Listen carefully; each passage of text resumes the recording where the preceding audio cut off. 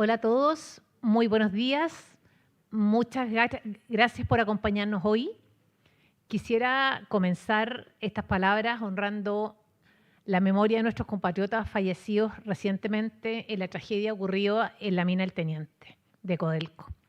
Recordamos especialmente a Paulo Marín Tapia, a Gonzalo Núñez Caroca, a Alex Araya Acevedo, Carlos Arancibia Valenzuela, Jan Mirandi Baceta y Moisés Pavés Armijo. Extendremos nuestras condolencias a sus familias y seres queridos, así como a toda la comunidad de Codelco y también a las empresas constructoras Gardilsit y Salfa Montajes, profundamente afectadas por estas pérdidas. Sabemos que para cada una de estas organizaciones la seguridad de sus trabajadores ha sido siempre un principio fundamental. Y precisamente por eso, tragedias como estas conmueven profundamente y nos recuerdan que nunca podemos bajar la guardia ante los riesgos.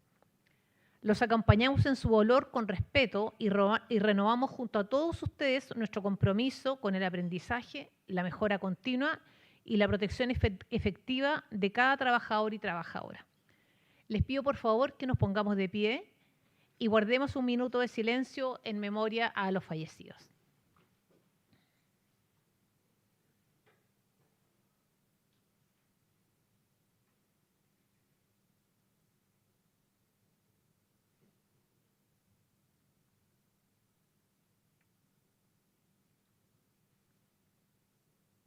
Muchas gracias a todos por acompañarnos en este minuto. Continuamos esta jornada dando la más cordial bienvenida a quienes nos acompañan de manera presencial y a quienes se conectan a través de EMOL TV en línea.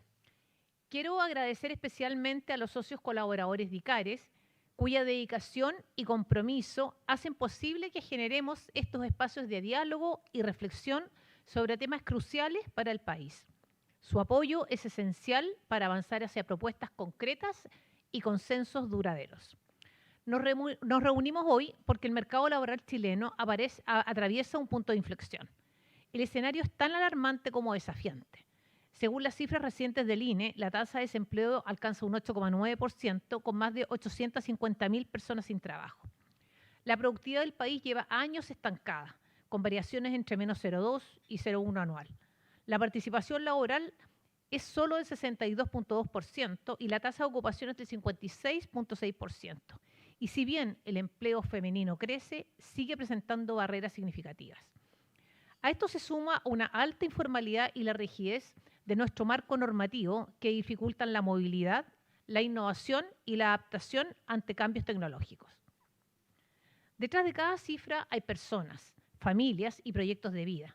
Nos mueve, por tanto, la convicción de que necesitamos medidas concretas y consensuadas para mejorar la productividad, avanzar en equidad de género, crear empleos de calidad y fortalecer nuestro tejido social. Durante este encuentro, Juan Bravo, director del Observatorio del Contexto Económico de la Universidad Diego Portales, nos presentará un diagnóstico actualizado sobre los principales retos y oportunidades del mercado laboral chileno. Jornadas, indemnizaciones, negociación colectiva, subempleo, empleo femenino, entre otros. A continuación, contaremos con un panel de conversación moderado por Ignacia López, integrante del Círculo de Personas y Organización de ICARE, junto a Juan Francisco Gali, director ejecutivo de Pivotes, y Patricio Domínguez, profesor de la Escuela de Ingeniería de la Universidad Católica y director de Espacio Público, donde se profundizará en propuestas y posibles consensos sobre reformas urgentes para nuestro mercado laboral. Desde ICARE estamos plenamente comprometidos con impulsar ideas y abrir caminos de colaboración para que tanto el sector público como el privado asuman este desafío. En las próximas semanas desarrollaremos diversos hitos para relevar esta urgencia porque necesitamos pasar del diagnóstico a la acción. De hecho, este punto de encuentro se realiza precisamente en la antesala de nuestro próximo Congreso de Personas y Organización, que se llevará a cabo el próximo 26 de agosto. Los invitamos a todos y especialmente a quienes nos siguen por la transmisión de EMOL TV a que se sumen y participen, adquiriendo sus entradas mediante el código QR que está disponible en la pantalla. Les invito a participar activamente, a desafiar el status quo, a compartir sus ideas y a construir juntos una agenda laboral moderna, alineada con las mejores prácticas internacionales y centrada en las personas. Mejorar la productividad no es solo un objetivo económico, es por sobre todo un desafío social y humano. Muchas gracias por estar aquí y su compromiso por querer que Chile puede más y debe aspirar a mucho más. A continuación, le doy la bienvenida a Juan Bravo, director del Observatorio de Contexto Económico de la Universidad de Diego Portales. Juan es economista y especialista en temas laborales. Juan, por favor, adelante.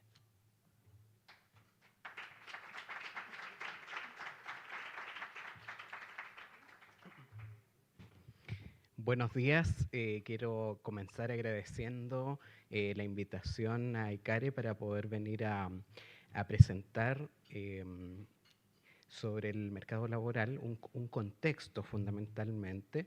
Voy a comenzar con la coyuntura laboral de corto plazo, ¿cierto? Lo que estamos viendo en las últimas cifras, pero también sin olvidar, ¿cierto?, las grandes transformaciones que están ocurriendo en paralelo, ¿ya? Entonces, la idea no es solo quedarnos en el contexto del corto plazo, sino también justamente ver las grandes transformaciones que están ocurriendo en el mercado laboral. Primero, si comenzamos con la coyuntura, ¿cierto?, más reciente, vemos diversos signos de deterioro que duda cabe, se comentaba en la introducción algunos de estos aspectos. Probablemente la cifra que más ha llamado la atención más recientemente, ¿cierto?, es la paralización de la creación de empleo. El número de ocupados en Chile al trimestre abril-junio de 2025 es solo 141 personas mayor respecto a lo que veíamos en el mismo periodo del año anterior, ¿ya? Eso es una tasa de crecimiento de 0%, por lo tanto estamos hablando de virtualmente una paralización en la creación de empleo. Ahora, aquí siempre es importante recordar la estrecha relación que existe entre el crecimiento económico y la creación de empleo asalariado formal en el sector privado, ¿ya? A ese es el tipo de empleo al que afecta el crecimiento económico. Otros tipos de empleo, como el empleo por cuenta propia o el empleo asalariado en el sector público, responden de manera distinta al crecimiento económico. De hecho, pueden aumentar esos tipos de empleo en épocas de debilidad, ¿cierto? Por lo tanto, cuando pensamos en la teoría económica y la relación entre el crecimiento y el empleo, es en particular en este tipo de empleo. Y cuando uno ve, ¿cierto?, tendencias de largo plazo, es clarísima esa asociación estrecha, ¿cierto? La línea roja es el crecimiento económico, la línea azul es el crecimiento del empleo asalariado formal en el sector privado, y más allá de desviaciones transitorias, es evidente, ¿cierto?, esa estrecha relación. Y justamente uno de los grandes problemas que tenemos en la economía chilena, y a mi juicio este es el más relevante, al menos en este momento para el mercado laboral, es que llevamos una década donde crecemos en promedio al 2%. ¿Ya? Entre 2014 a 2024 Chile ha crecido al 2%, y eso entonces ¿qué implica? Que se ha reducido la capacidad de crear empleos asalariados formales en el sector privado respecto a décadas anteriores, cuando crecíamos mucho más. Ahora, si bien se crea empleo asalariado formal en el sector privado, hoy día ese carro está empujado por la gran empresa. La línea azul es el crecimiento asalariado formal en el sector privado, pero en la gran empresa, mientras que la barra naranja es la creación de ese tipo de empleo, pero en las MIPYMES. Y como ustedes pueden ver en la lámina, claramente es la gran empresa hoy día la que está impulsando ese carro. En las MIPYMES la verdad es que está muy debilitada la generación de empleo asalariado formal, ¿cierto? Algo hay de evidencia presentada por el Banco Central a fines del año pasado. En esto puede haber influido, ¿cierto?, alzas de costos salariales. No necesariamente ese es el factor más importante, pero sí hay evidencia de que ha generado efectos.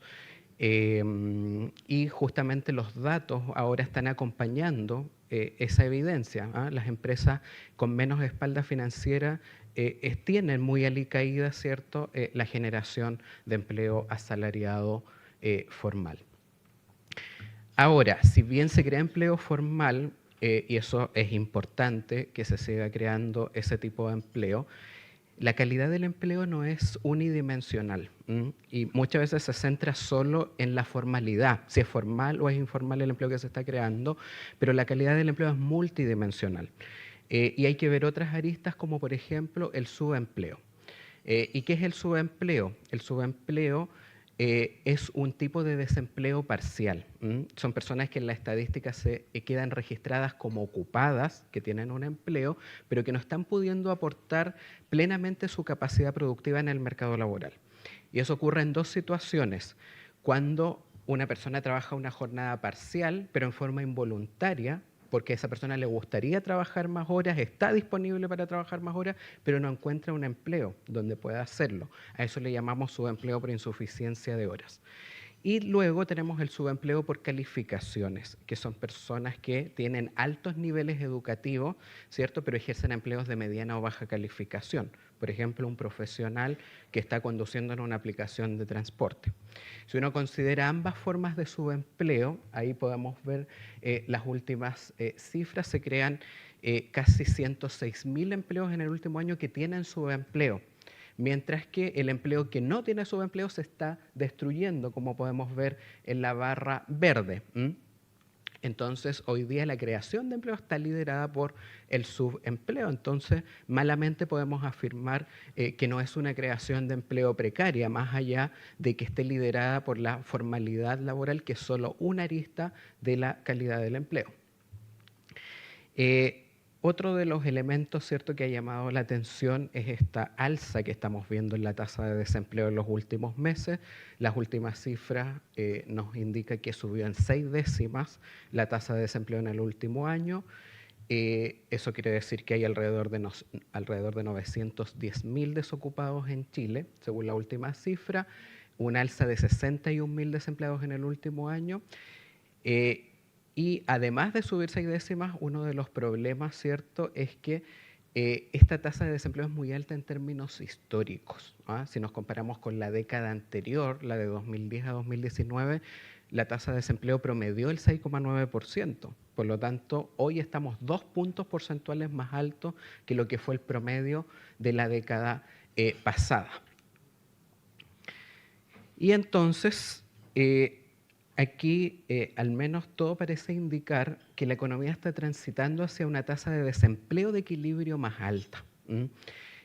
Más allá de la pandemia, que evidentemente hizo subir la tasa de desempleo, pero si uno excluye la pandemia, la verdad es que es bastante marcada la tendencia alcista en la tasa de desempleo, y especialmente cuando uno ve el promedio anual, en vez de ver las cifras mensuales que tienen mucho más volatilidad. Se fijan, y eso tiene que ver fundamentalmente justamente con esta capacidad, con esta disminución en la capacidad de crecimiento que yo les comentaba. Cuando la economía empieza a crecer al 2% en forma sostenida, eso significa también que la creación de empleo asalariado formal en el sector privado se reduce esa capacidad y por lo tanto también el mercado laboral va perdiendo su capacidad de absorber a la fuerza laboral y por lo tanto, ¿cierto? Entonces, paulatinamente vamos transitando hacia una tasa de desempleo de equilibrio que es más alta. Al mismo tiempo, ¿cierto? La tasa de desempleo en Chile se ha desacoplado respecto a los países de la OCDE, ¿ya? Y esto creo que es importante mencionarlo porque algunas personas dicen, no, pero mire, si la tasa de desempleo está aumentando en todo el mundo, esto es una situación generalizada. Falso. Cuando uno mira la OCDE, ¿cierto? Nos comparamos con la OCDE, en la década anterior, en el periodo 2010 a 2019, la tasa de desempleo en Chile era muy parecida a la del promedio OCDE. En la OCDE era 7% en la década pasada, en Chile era 6,9%. ¿Qué ocurre a 2024? La tasa de desempleo en Chile subió a 8,5% y en la OCDE bajó a 4,9%.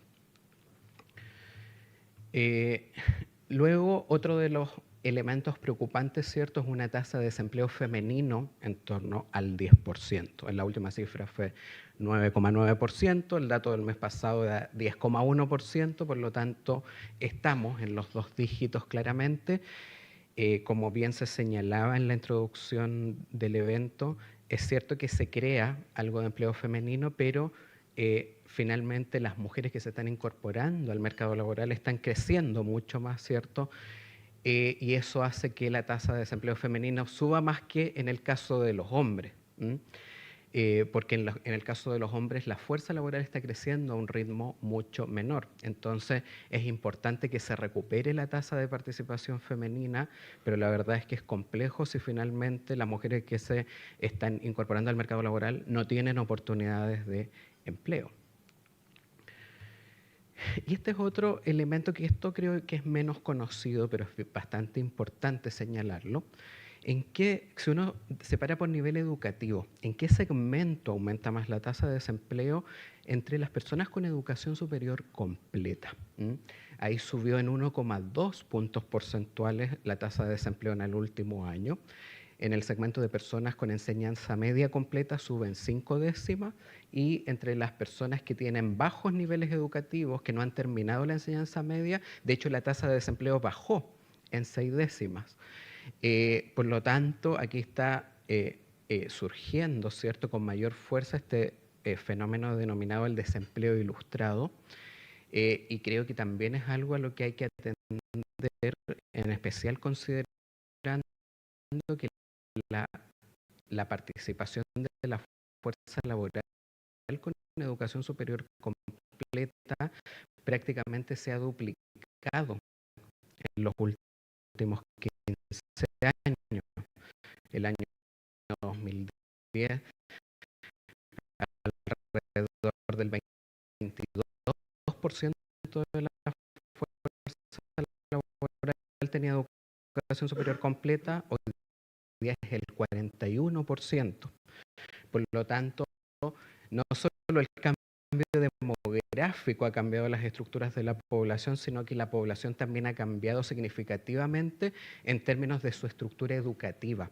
Y por lo tanto, este segmento de más bien probablemente lo que más es productivo. Y para terminar esta parte coyuntural, este es otro aspecto relacionado al deterioro del mercado laboral, que es que los desocupados en desempleo de larga duración siguen en aumento en forma persistente. Cuando hablamos de desempleo de larga duración, hablamos de personas desempleadas que llevan buscando trabajo durante un año o más tiempo. Y este es el fenómeno social más grave del desempleo, porque las consecuencias negativas del desempleo dependen en forma crucial de su duración. Cuando el desempleo dura mucho tiempo, ahí es cuando hay riesgo de caer en la pobreza, ¿cierto? Porque se acaban los ahorros, no hay seguro de cesantía, deja de operar, hay más riesgo de caer en enfermedades físicas o psicológicas como ansiedad o depresión, se deprecia el capital humano, obviamente por estar tanto tiempo fuera del mercado laboral, eso hace más difícil lograr la empleabilidad, por lo tanto, dentro del desempleo, este es el segmento en donde está la mayor preocupación desde el punto de vista social, y los desocupados en desempleo de larga duración aumentaron en 25.000 en el último año, y el porcentaje de desocupados en desempleo de larga duración subió en el último año de 17,2% a 18,8%. Y en conjunto, entonces, con este aumento del desempleo, también lo que está ocurriendo es que la duración promedio del desempleo está en una tendencia alcista también desde 2015. O sea, las personas que caen en el desempleo en Chile se están demorando mucho más tiempo que hace una década atrás en poder, ¿cierto?, encontrar trabajo. Ahí ustedes pueden ver, por ejemplo, en 2014, 2015, ese tiempo promedio era de 4,9 meses. El año 2024 estaba en 7,4 meses. Y eso es evidente, ¿cierto? La duración del desempleo está estrechamente asociado con la tasa de desempleo, porque obviamente cuando hay más competencia por esos puestos de trabajo, hay más holguras en el mercado laboral, obviamente eso hace más difícil para los desempleados, ¿cierto?, poder encontrar empleo. Entonces, además de subir la tasa de desempleo, está subiendo la duración del desempleo, el tiempo que las personas llevan buscando trabajo. Ok, ahora voy a ir más rápido entonces, yendo a las grandes revoluciones del mercado laboral. Uno podría decir que hay 3 grandes transformaciones del mercado laboral. En primer lugar, el avance tecnológico acelerado, luego los cambios demográficos, ¿cierto?, el envejecimiento de la población, y en tercer lugar, la transición hacia una economía verde. Todos ellos generan cambios, transformaciones en el mercado laboral. Yo solo me voy a referir a las 2 primeras. Primero, respecto al avance tecnológico acelerado y el fenómeno de automatización, solo recordar que no es la primera vez que nos enfrentamos al cambio tecnológico. Hoy estamos viviendo la cuarta revolución industrial, pero el mundo ya ha vivido 3 revoluciones industriales antes, y en todas las revoluciones industriales el patrón común es que ha ido aumentando el crecimiento económico con cada revolución industrial. De hecho, el fenómeno del crecimiento económico surge con la primera revolución industrial. Antes de eso, el crecimiento per cápita en el mundo era 0. Entonces, si estas revoluciones, ¿cierto?, industriales generan crecimiento económico, ¿por qué?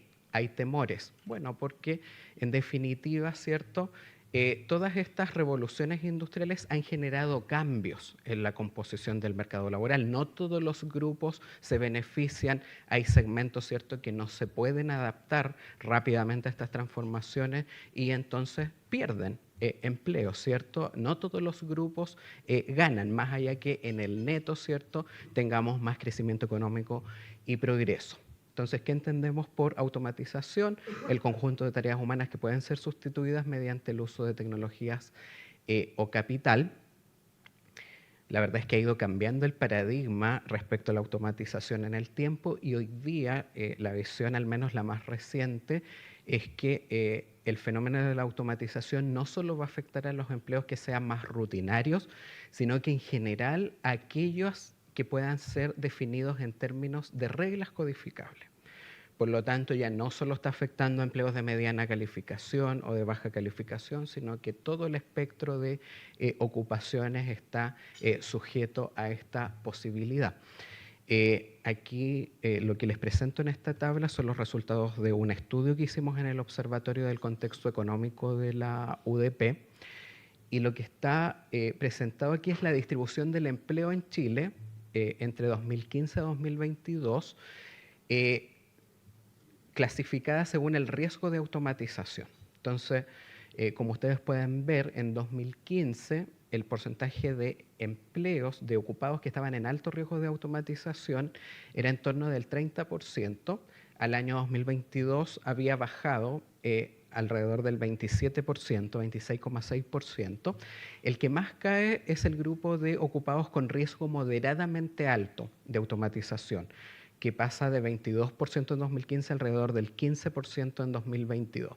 Por el contrario, los ocupados con bajo riesgo de automatización, o sea que tienen 30% o menos de probabilidad, ¿cierto?, de ser automatizado, suben fuertemente, pasan de alrededor del 30% en 2015 al 38% en 2022. Por lo tanto, ¿cierto?, efectivamente, cuando uno tiene una mirada de mediano plazo, se observan estas transformaciones en el mercado laboral, se va desplazando aquellos empleos con alto riesgo de automatización y van ganando terreno empleos con menor riesgo. Ahora, desde el punto de vista de la concreción de la destrucción de empleo, entonces la verdad es que los plazos son muy difíciles de decir cuándo se va a materializar, ¿cierto?, la destrucción de empleo asociado a la automatización, porque, ¿cierto?, primero no sabemos en qué momento exacto se va a materializar un avance tecnológico que va a provocar que una tarea pueda ser definida en términos de reglas codificables, y además hay aspectos económicos, regulatorios, ¿cierto?, del contexto que facilitan o dificultan la incorporación de una nueva tecnología, ¿cierto? Por lo tanto, no basta solo con que esté disponible un avance tecnológico en el mercado para que sea implementado en la práctica.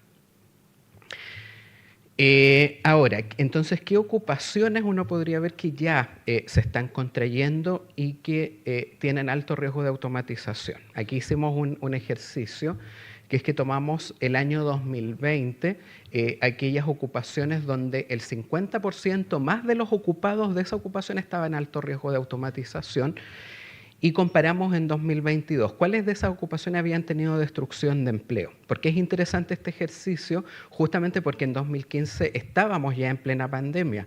Por lo tanto, si en 2022, en un contexto generalizado de recuperación del empleo, hay ocupaciones que se están contrayendo, probablemente, ¿cierto?, es que aquí hay un fenómeno más allá que está afectando. Y justamente entonces las ocupaciones que muestran esta contracción son ocupaciones como vendedores y asistentes de ventas en tiendas, secretarios de diverso tipo, operadores de máquinas de diverso tipo, ¿cierto? Vendedores de entradas y cajeros, eso ya estaba ocurriendo desde antes, auxiliares y ayudantes de registro de contabilidad, etcétera. Y por último, para terminar, ¿cierto?, el envejecimiento de la población, que es otra de las grandes transformaciones. Si miramos la última década, la población de 65 años o más ha crecido en 50,9% en solo 10 años, mientras que la población juvenil de 15 a 24 años se ha contraído en casi 10%. Entonces esto no es algo que va a ocurrir en 2 décadas más, está ocurriendo ya y a un ritmo bastante acelerado. Si miramos las proyecciones de población, hacia el año 2050, el 32,1% de la población va a tener 60 años o más. Esas son las últimas proyecciones.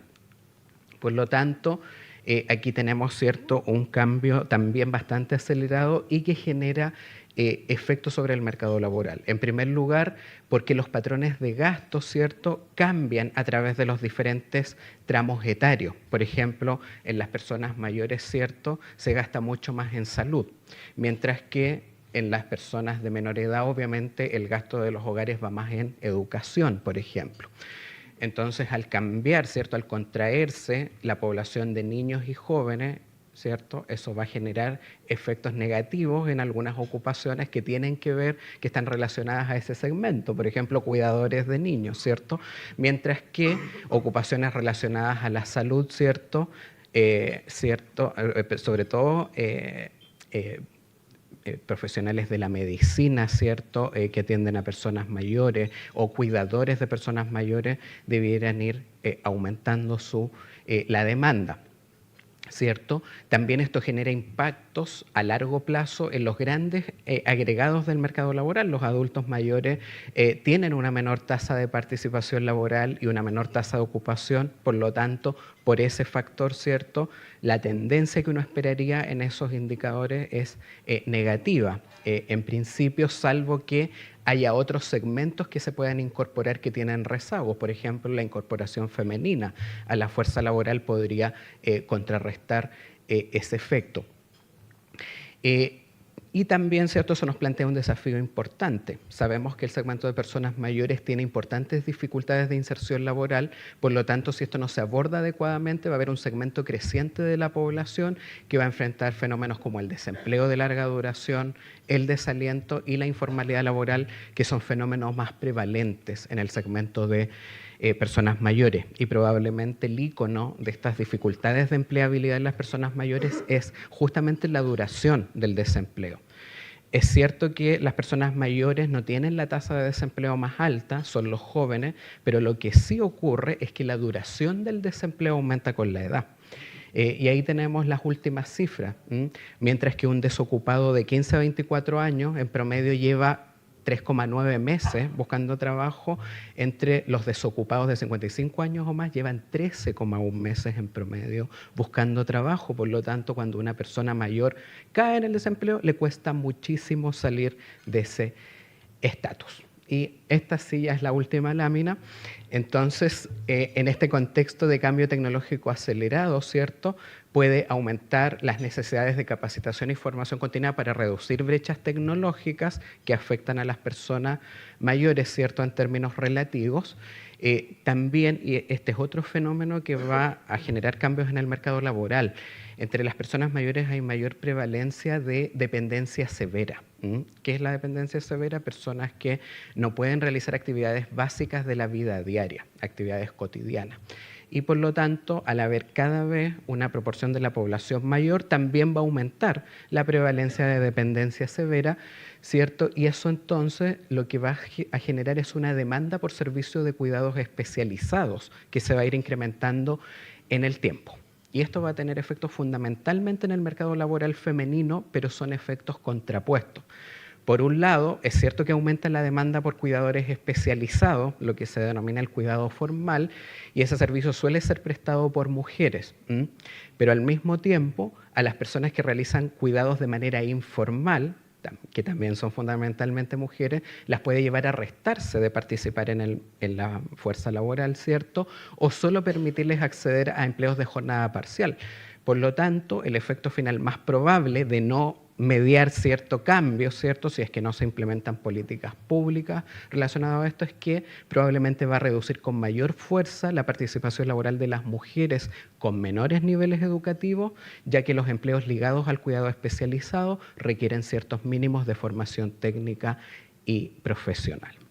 Y bueno, con eso entonces termino este resumen rápido de contexto para que pueda comenzar la discusión. Muchas gracias.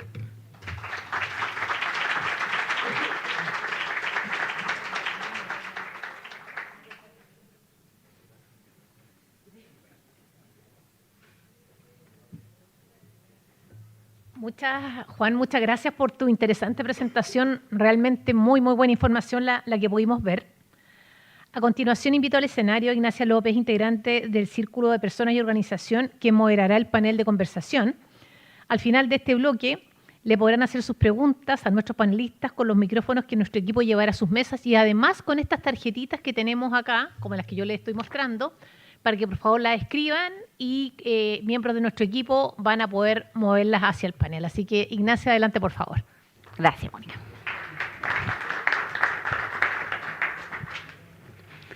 Bueno, gracias a todos por los que nos están acompañando aquí. Invito también que se puedan sumar al escenario a Juan Francisco Gali, director de Pivotes, y a Patricio Domínguez, profesor de Ingeniería de la Católica. No importa si ya no habíamos saludado. Y Patricio Domínguez, entonces, director de Espacio Público, que nos van a acompañar en esta conversación sobre el mercado laboral.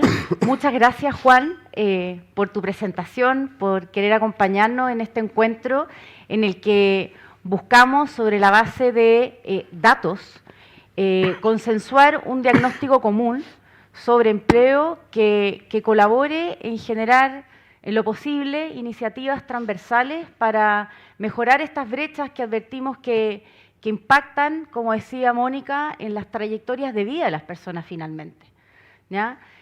No son solo números, sino que impacta realmente en la vida de las personas. Entonces, tomando en cuenta lo que nos contaba Juan, que la verdad es que son cifras tristes, porque en realidad lo que vemos es un aumento sostenido del desempleo.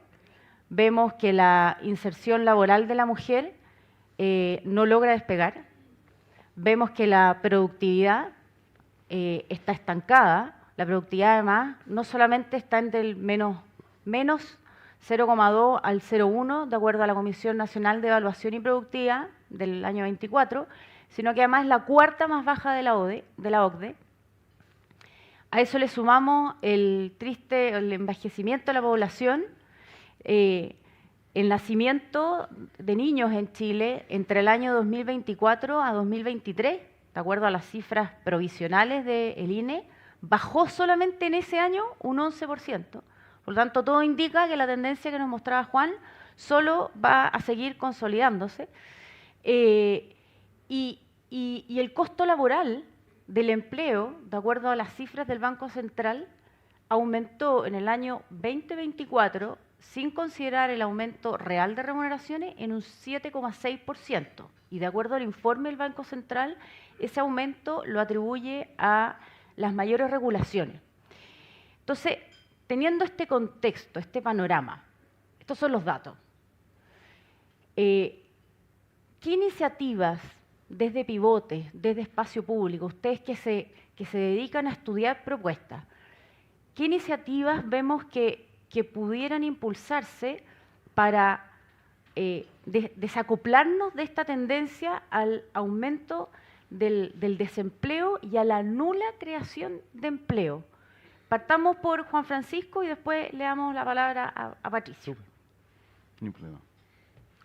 Muchísimas gracias, Ignacio, por la invitación. Muchas gracias, Icare. La verdad es que desde Pivotes yo creo que nos sorprendemos en primer lugar de que este diagnóstico que hizo Juan no sea más generalizado en cuanto a tener mucho más conciencia del drama que estamos viviendo.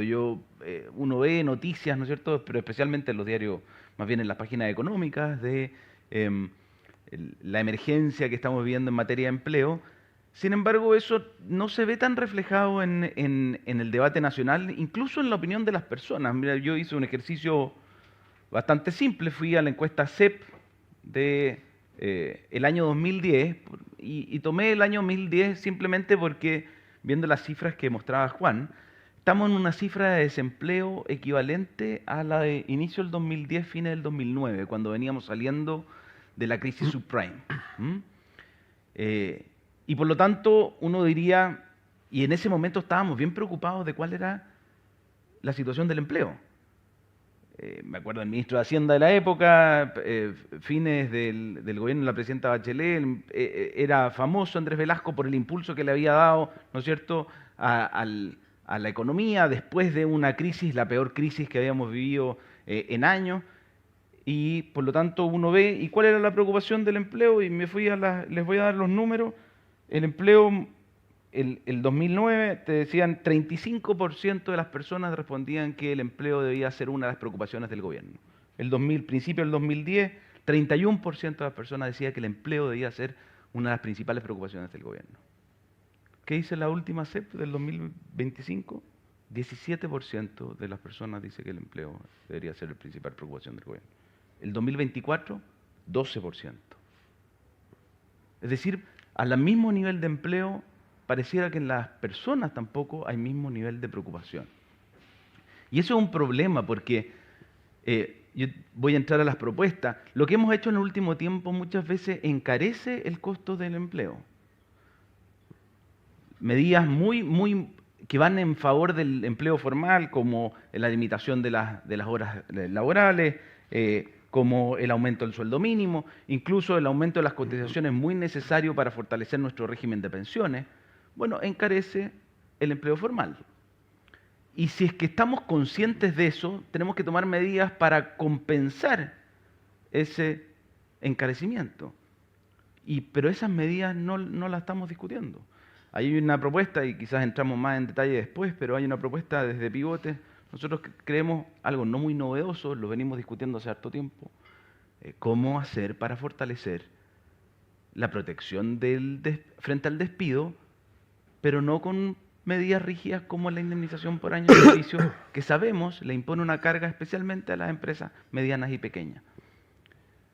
Tenemos una propuesta, pero que tiene también sus inconvenientes tanto políticos o políticos sociales o de economía política, si ustedes quieren, que es cómo convencemos a los trabajadores que la eliminación de una indemnización por año de servicio, que parece sentirse como un derecho adquirido, es más bien una rigidización de sus capacidades para tener libertad de optar por un mejor trabajo, y que no se vea solamente como algo que está muy de moda hoy día, una discusión entre pueblo, élite, trabajadores, empleadores, ¿no es cierto?, donde la eliminación de este tipo de garantías parece ser un desempoderamiento del trabajador en beneficio del empleador.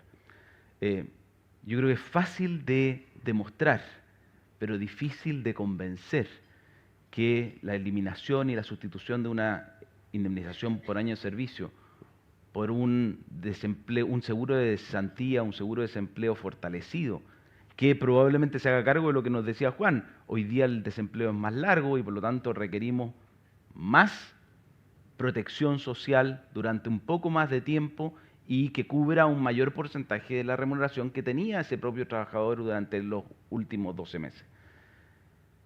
Y yo te diría, la dificultad no es técnica, la dificultad es convencernos de que esto es en beneficio de todos y no es un juego de suma cero donde el trabajador pierde lo que el empleador gana o donde hay alguna movida oculta en esta reforma que permitiría que se facilita el movimiento de las personas, pero no se mejoran las condiciones laborales de los trabajadores. Gracias, Juan Francisco. Y Patricio, ¿cómo lo ves tú? A ver, bueno, primero gracias por la invitación al Círculo de Personas de ICARE. A ver, para nosotros primero va a ser resulta sumamente interesante poder discutir esto. Yo creo que esta función principal del debate público, yo creo. Yo soy profesor de economía y cuando yo explico, digamos, para qué sirve la economía, yo creo y tenemos que explicar, por ejemplo, una de las razones por qué es importante el crecimiento económico, es por uno de los datos que mostraba Juan, es que cuando hay crecimiento económico hay una evidencia muy contundente de que eso significa que no solamente hay más trabajo, sino que hay buenos trabajos. ¿Ya? Y hay que pensar dos dimensiones, porque no basta solamente con crecer, también la función quizás de la economía es generar crecimiento, pero también una prosperidad que sea compartida. No basta con que el país crezca naturalmente, porque esto podría ser, y si uno lo deja crecer, y hay muchos episodios en la historia en que los países crecen, pero crecen con alta concentración de los recursos y alta concentración de la prosperidad. Y eso nos sirve mucho, la verdad. Necesitamos que se crezca de forma orgánica y que esta cuestión genere prosperidad compartida. Yo creo que eso es súper importante que estemos de acuerdo en ese punto. ¿Y cómo se genera eso? Bueno, efectivamente yo creo que hay que pensar bien cómo podemos crecer y la regulación acá no hay que verla yo creo que necesariamente como una carga o como un lastre, sino que como algo que nos permite a nosotros hacer ese segundo movimiento, que esta prosperidad sea compartida. Yo creo que hay que enfocar que la regulación vaya para allá. Por ejemplo, es interesante porque los últimos esfuerzos de regulación, si uno piensa en los costos laborales, que tienen que ver, por ejemplo, con la reducción de las 40 horas, el aumento por los costos previsionales y el salario mínimo quizás apuntan bastante en esa dirección. Yo creo que también hay rezagos ahí que atraíamos.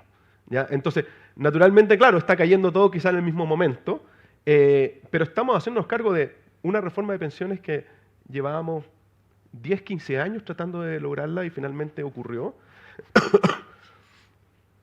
La discusión sobre el salario mínimo, me imagino que quizás ahí tenemos que tener mucha cautela para evaluar bien, están los primeros intentos del Banco Central por evaluar ese impacto, y eso es algo que yo creo que deberíamos monitorear muy delicadamente. Y también hay que entender bien a qué se deben estos rezagos que tenemos en el desempleo. Yo creo que me parece que hay algo importante que pasa, Juan nos mostró el detalle por sectores, pero parece que hay un rezago importante, por ejemplo, en el sector construcción. Y eso es algo que hay que pensar también cómo ese sector en particular se puede reactivar para pensar precisamente en cierto tipo de trabajadores que están quedando rezagados. Ahí yo creo que eso es súper importante. Entonces, yo creo que acá lo vital es pensar en cómo reimpulsar el crecimiento. Yo creo que hoy día está en el discurso, pero no lo vemos con medidas concretas. A mí lo que me frustra, por ejemplo, cuando veo el debate presidencial, se enfrentan a los candidatos y candidatas, y la facilidad con que tienen para evitar la disposición de medidas concretas que activen el crecimiento. Obviamente no es fácil, pero yo creo que ahí deberíamos ser mucho más agujas, digamos, en pedir a nuestros candidatos que sean capaces de dar una hoja de ruta de cómo ven que el país va a hacer esto y cómo ven que el país va a hacer esto de forma balanceada. Porque, de nuevo, no basta con crecer, importa acá que los réditos, los beneficios del crecimiento sean repartidos en la población. Entonces, yo creo que hay que mirar esta cuestión de manera balanceada y ojalá, yo celebro que estemos discutiendo esta cuestión. Yo creo que hay, yendo a lo que decía Juan Francisco sobre la indemnización por año de servicio, yo creo que ahí hay un amplio consenso, y antiguo incluso. Yo estaba leyendo, por ejemplo, hay una comisión de ministro Monker, ¿ya?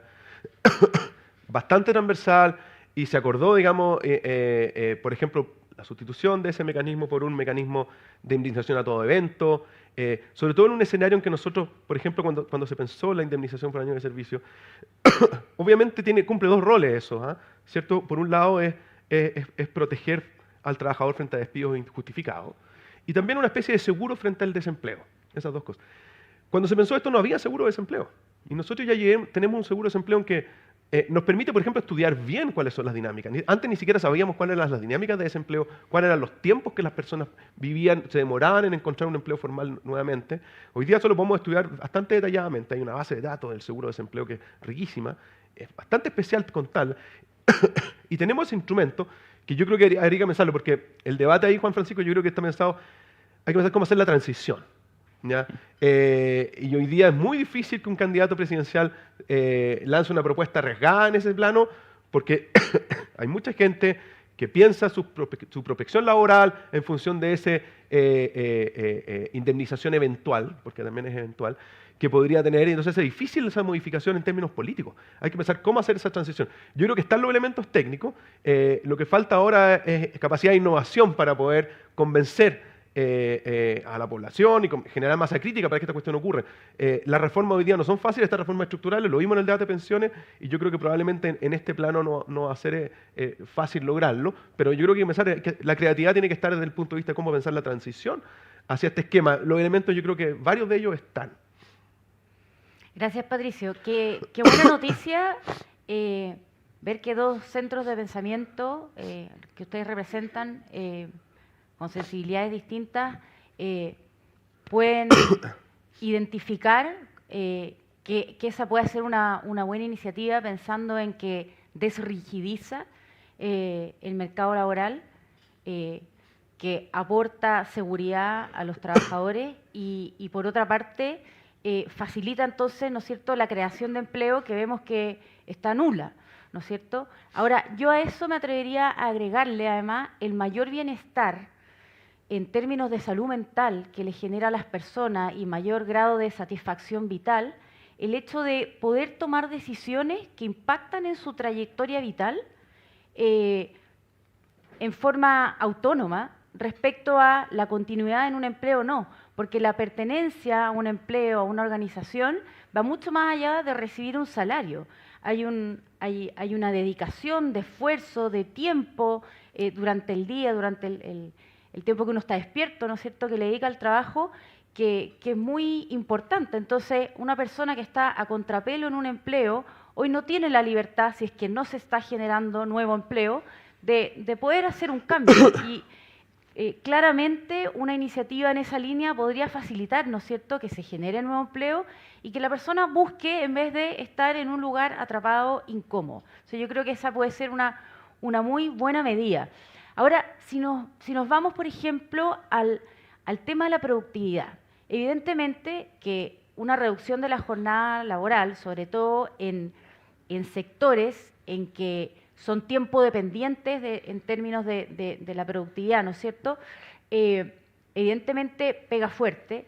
La mayor regulación laboral también puede impactar en la productividad. Entonces, ¿qué iniciativas visualizan ustedes que podrían implementarse sobre la base de este diagnóstico que estamos conversando, que no signifiquen un retroceso en lo que se considera como avanzado, que es, por ejemplo, la reducción de la jornada, pero que así como uno va iterando, buscando un óptimo resultado, movimos la pieza de las horas trabajadas? ¿Qué otras piezas dentro del complejo del trabajo, en el fondo, podemos mover para aumentar la productividad sin retroceder en eso que se avanzó y que era muy anhelado por la sociedad? ¿Qué ven ustedes, Juan Francisco? Quizás déjame dividir la respuesta en tres. En primer lugar, para insistir en lo de indemnización, yo les recomiendo una columna que sacó Claudio Zapelli hace poco, que fue parte también de un grupo que recomendó esto, convocados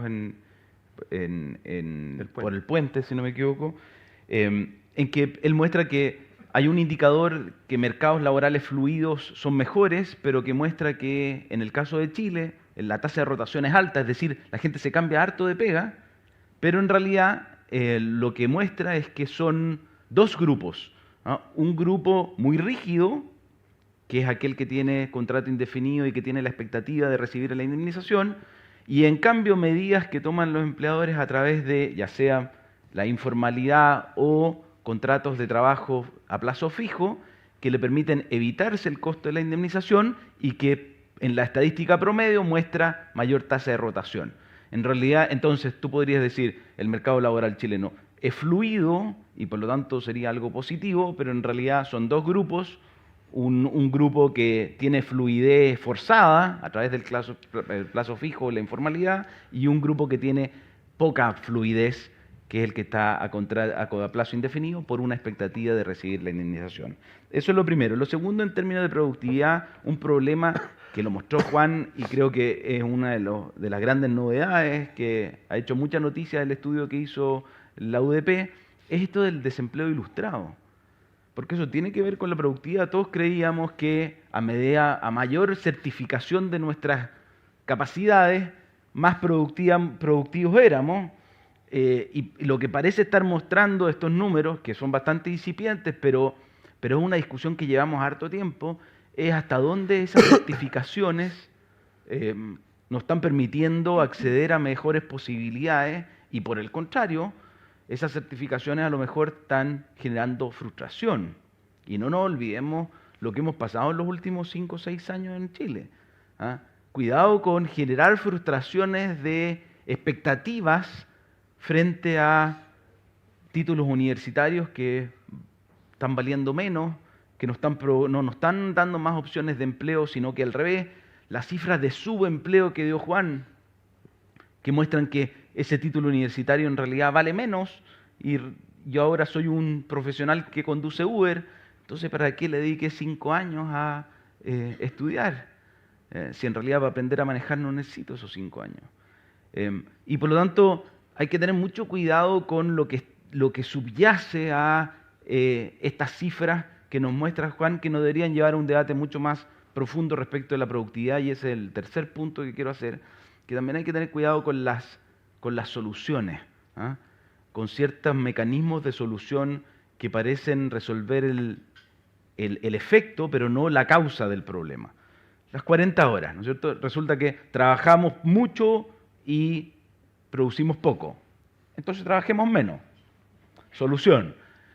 Cuando en realidad eso es un parche.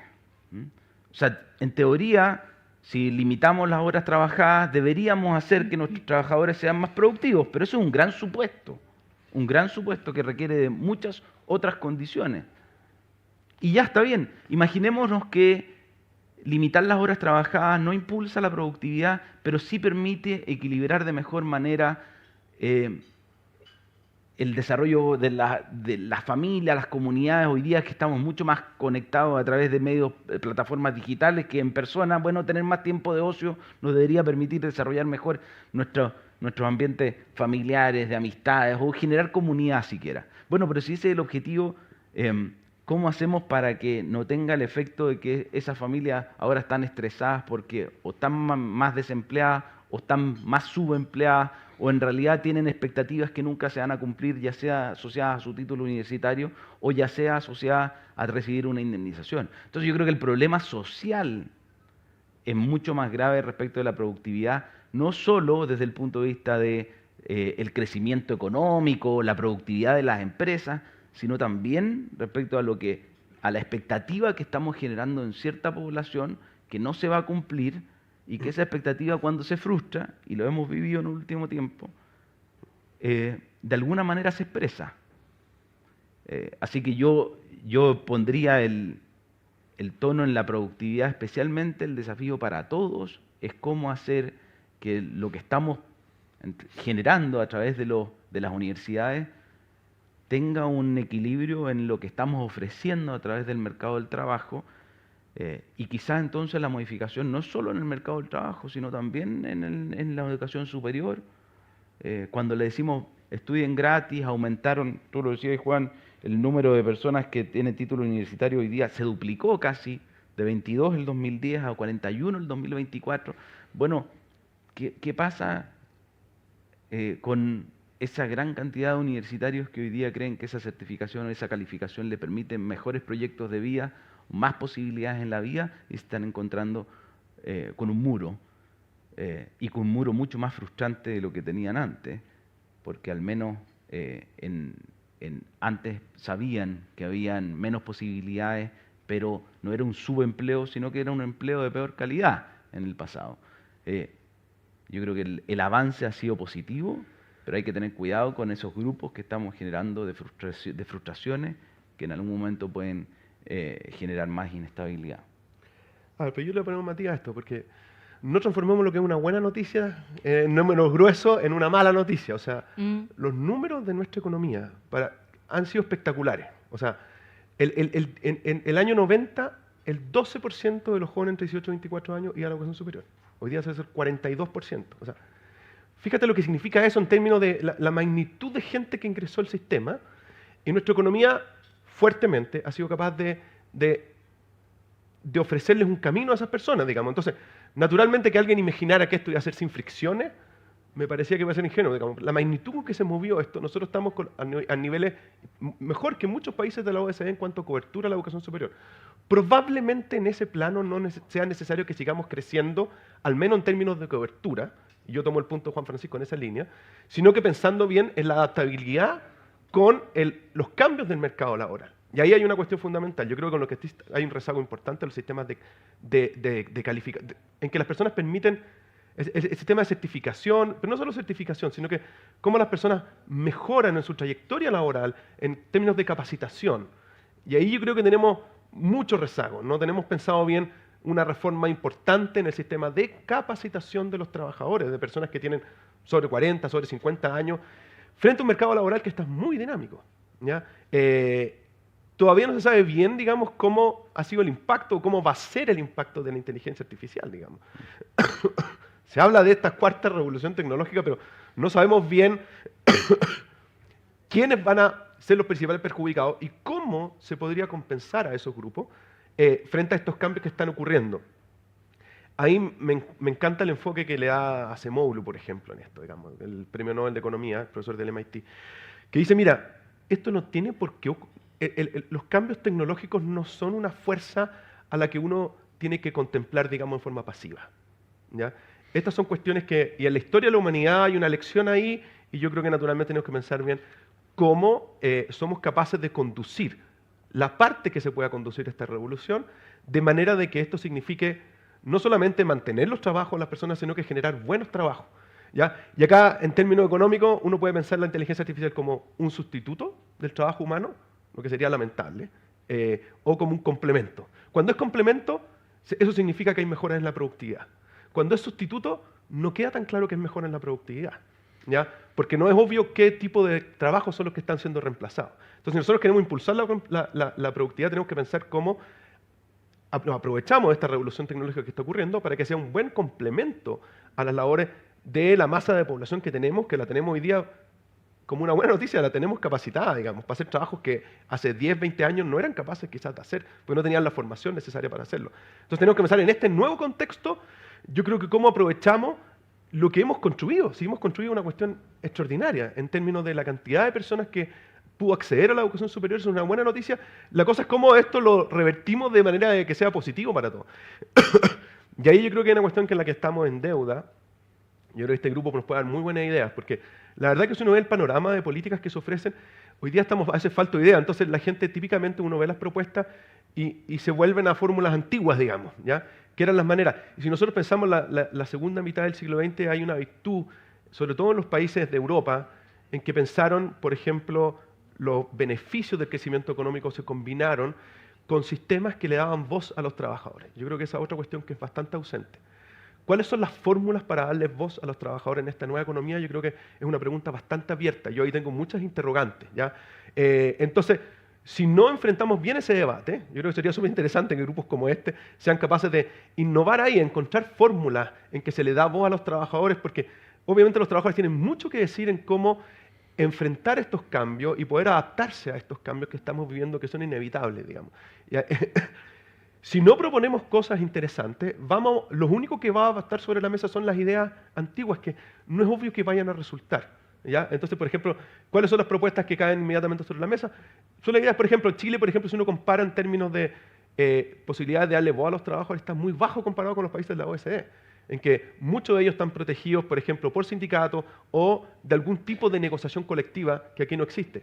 Entonces, ¿qué tipo de voz le queremos dar? O también hay lugares donde hay codeterminación. Esas son las ideas que están dando vuelta, digamos, pero ¿cómo hacemos innovaciones para que el objetivo ahí en cualquiera de esas propuestas, yo creo, es darle voz a los trabajadores para precisamente ser capaces de adaptarse a los cambios, para que los cambios no ocurran sobre la economía o sobre los trabajadores en que estos fueran meros actores pasivos, sino que ellos también puedan moldear y aprovechar esto a dónde apuntamos. Me imagino que es en mejoras de productividad, hacer una economía más dinámica y capaz de resistir, digamos, a los embates de los cambios tecnológicos o no sé, lo que hubiera, ¿ya? Por ejemplo, que hubiera un líder que les interesa, por ejemplo, ahora reducir el nivel de comercio global, que era algo que quizás no pensábamos. Entonces, hacernos más resilientes a estas contingencias, yo creo que es súper interesante que tengamos una mirada balanceada. Y ahí hay un desafío importante, yo creo.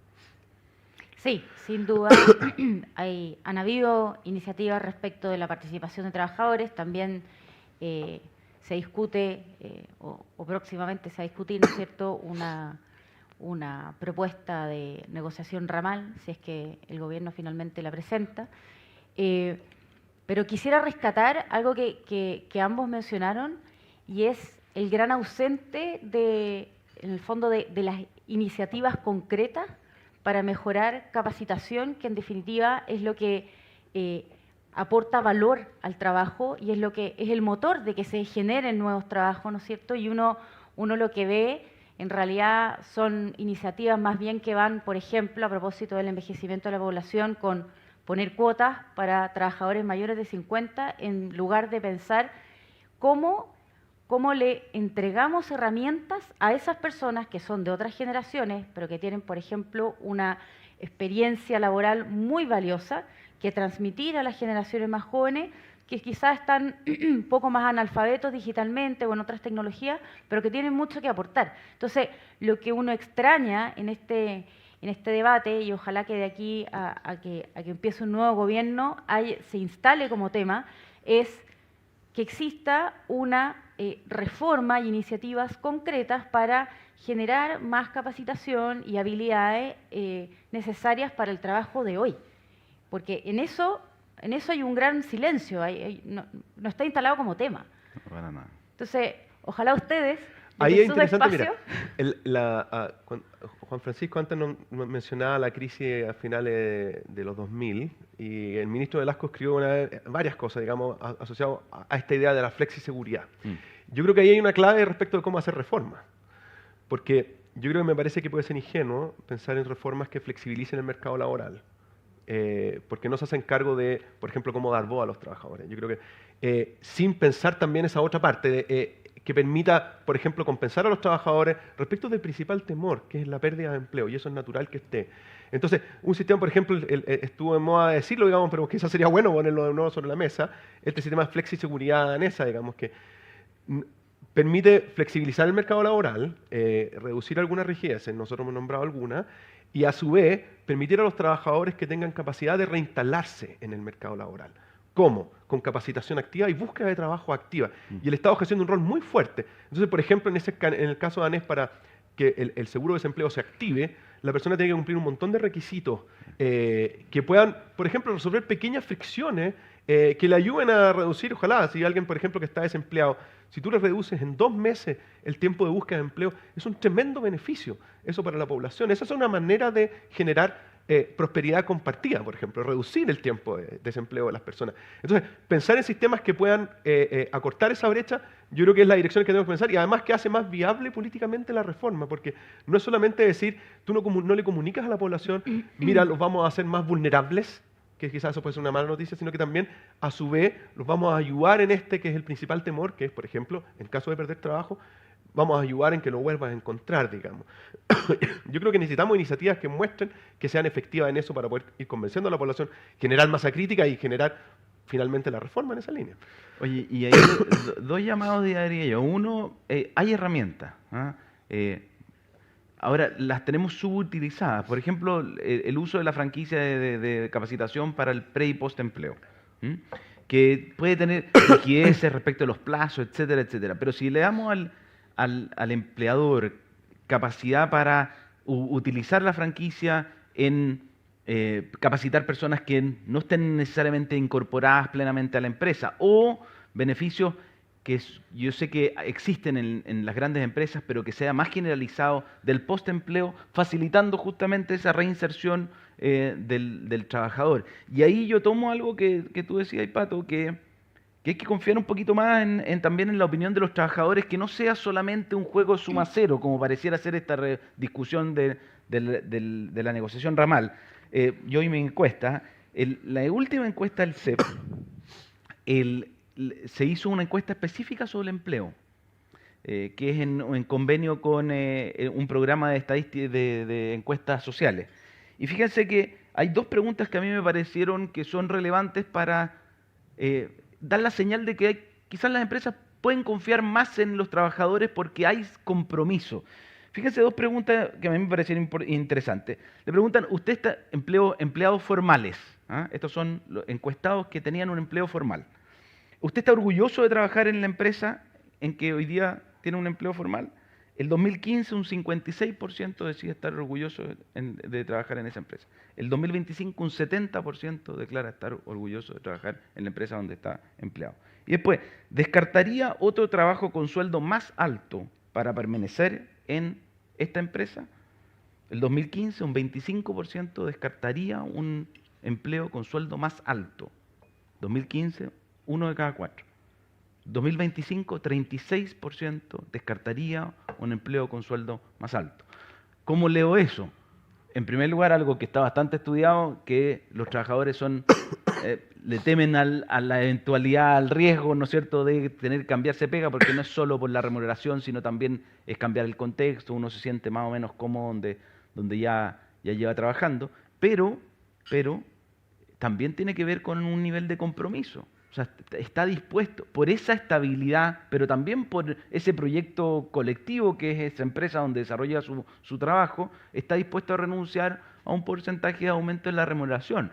Y eso es un valor que permite esta discusión, ¿no es cierto?, donde el trabajador tiene más voz, porque es un trabajador que se siente comprometido con el proyecto de la empresa y que no necesariamente requiere de la intermediación de poder que parece estar en la discusión de la negociación ramal, donde pareciera que, dado que el trabajador, y esta es como la lógica, ¿no es cierto?, antigua del derecho laboral, dado que el trabajador está en una condición de asimetría de poder con su empleador, requiere de la protección de la regulación para estar en una condición de negociación igualitaria, cuando él ofrece su trabajo y el empleador le paga por eso, para tener una negociación igualitaria en la definición de esa remuneración, requiere de la regulación. Cuando aquí pareciera que hay algo un poquito más blando que genera un llamado doble al trabajador que parece estar diciendo que en un empleo formal la estabilidad tiene un valor y que por lo tanto mi relación con la empresa va mucho más allá de la remuneración de fin de mes, pero también para el empleador de decir, oye, ¿sabéis que este gallo confía en mí mucho más allá de si le aumento o no, o el monto de la remuneración, porque incluso está dispuesto a renunciar a un trabajo con menor remuneración por mantenerse en mi empresa?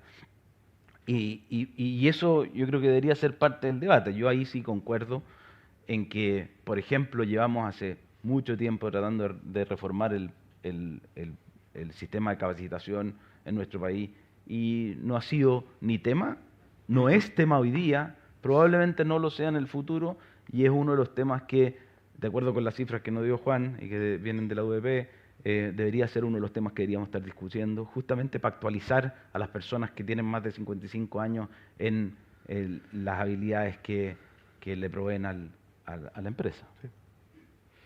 Oye, interesantísima la conversación, ¿eh? Se nos va acabando el tiempo. Hay un tema que no puedo no preguntar con las cifras que nos mostró Juan, que es, vemos envejecimiento de la población, nos va a significar mayores cuidados, nacimientos cada vez más bajos, ¿no es cierto?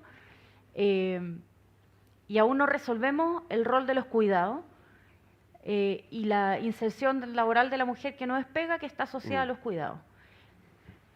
En poquitos segundos, ¿por qué no logra prosperar la Sala Cuna Universal como un beneficio al cual debieran acceder todas las personas que tengan hijos? Si es que ya hay consenso de que es muy necesario socialmente contar con esa ayuda. Entendiendo que no va a resolver el problema de los adultos mayores, pero por lo menos nos va a ayudar a que sigamos existiendo en este planeta. La respuesta corta es un proyecto igual es caro y estamos en una situación de presión fiscal importante. Entonces, a esto es importante ponerle número y manteniendo las metas que nosotros tenemos para hacerlo viable. Esto requiere pensar también cómo se financia y ahí yo creo que también hay que pensar, ponernos creativos también en encontrar esas maneras que destraben, digamos, y poder llegar a la brecha de financiamiento para que esta cuestión ocurra. Yo creo que una de las cuestiones que no hemos hablado tanto tiene que ver con la brecha de género, por ejemplo, en incorporación al mercado laboral. Y lamentablemente el debate a veces parece que se va para otro lado, digamos. O sea, por ejemplo, se estaba discutiendo alargar el postnatal de las mujeres. Yo creo que va en la dirección contraria de lo que al menos se pretende, que es reducir la brecha y los costos asociados al cuidado que asume generalmente la mujer. Quizás habría que ir en la dirección de repartir los costos del cuidado más y, por ejemplo, quizás pensar en expandir el postnatal a los hombres, digamos, más que en alargarle de las mujeres. Entonces, se nos mete esa cuestión como debate y se hace difícil la discusión. Yo también creo que lo de la sala cuna puede ser una cuestión súper importante de sacar y si no se logra en este gobierno, al menos el próximo gobierno deberá tenerlo como dentro de su... y en misión de ello, digamos, pensar cómo hacer financiable y viable esto, digamos. Pero yo creo que esa es una cuestión fundamental que tenemos que tener. Quería decir dos cosas más. Una, hay una cuestión que escribió Andrea Repeto el fin de semana sobre el subsidio unificado al trabajo. Ya, al parecer se está dejando plata sobre la mesa, se está buscando generar un ahorro ahí. Yo creo que es importante que ese debate se dé y al menos no me parece una cosa en la que deberíamos, o algún espacio donde deberíamos estar buscando ahorros, quizás ese, precisamente en el debate en el que estamos. Y lo último, en la línea de lo que estás diciendo tú, el debate sobre la migración. Yo me siento muy frustrado, yo vengo estudiando el tema de migración hace tiempo, cómo se nos metió la discusión acá de que la migración era algo malo cuando es una tremenda oportunidad para nuestro país, sobre todo pensando en temas de empleo y en estos temas que tú estás pensando, estas macro tendencias, una población que envejece. La migración, si uno lo piensa, digamos, el primer dato, después hay muchas otras cosas que generan la migración, yo estoy de acuerdo con eso. Otro día podríamos discutirlo, pero es el bono demográfico que significa la cantidad de personas que llegan. Llegan población en edad laboralmente activa, fuertemente activa. Y eso hay que tratar de conducirlo para que sea el principal aporte al país y que no se nos escape de las manos, que se nos vaya como está ahora, lamentablemente, en el debate público. Eso. Gracias, Patricio. Oye, yo voy a ser muy breve, pero yo en esto soy pesimista. El proyecto de Sala Cuna está hace mucho tiempo y tenía una ventaja, el proyecto original, que era que ocupaba las holguras que daba el financiamiento del seguro de cesantía y traspasaba esos recursos al financiamiento de la Sala Cuna. Esa holgura ya la ocupamos en la reforma previsional y por lo tanto hoy día es políticamente más caro o fiscalmente más caro y laboralmente más caro un proyecto de Sala Cuna de lo que era hace 10 años atrás, porque esa holgura ya no existe. Y además uno ve, uno de los opositores importantes al proyecto Sala Cuna en su contexto actual ha sido la SOFOFA, y por lo tanto seguir aumentando costos laborales asociados a la Sala Cuna con los beneficios que eso tiene la misma discusión de lo que estábamos hablando antes. O sea, seguimos aumentando costos laborales, tenemos que hacer algo para compensarlo o al menos convencernos que el proyecto de Sala Cuna como mecanismo de fortalecimiento de la inserción laboral femenina, más que equipara, sino que además supera los costos que va a tener en términos de costo de contratación. Y lo segundo, algo que me quedó de la presentación de Juan, que es que cuidado con las desigualdades, porque él lo puso, esto es los labores de cuidado de las mujeres, ¿no es cierto? Y que podía tener efectos dobles. Uno iba a hacer que una mayor demanda por cuidados formales, que generalmente eran ejercidos por mujeres, pero entonces ahí hay una mayor demanda por trabajo especializado y formal, pero mayor demanda de cuidados y que generalmente son desempeñados también informalmente por las mujeres. El problema es que eso no es homogéneo en términos sociales. La demanda de servicios formales de cuidado está en un grupo de mayor ingreso. La renuncia al trabajo formal para hacerse cargo de los adultos mayores en segmentos más vulnerables, no hay la opción de contratar cuidados formales. Ahí hay una renuncia absoluta a acceder a un trabajo por tener que cuidar a esa mayor cantidad de adultos mayores u organizarse socialmente en el barrio, en la familia, para ver quién cuida.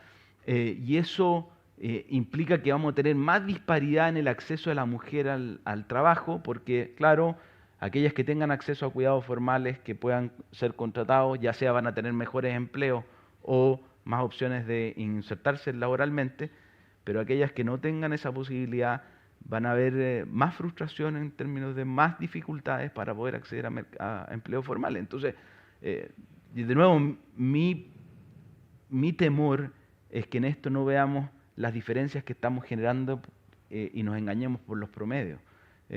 Y eso hay que tener mucho cuidado y quizás hay que poner ese foco, y si hay que partir por algo, en cuidados, hay que partir en cuidados en aquellas poblaciones femeninas más vulnerables que hoy día tienen el mayor problema y que no tienen la opción de sustituir ese cuidado por una contratación formal.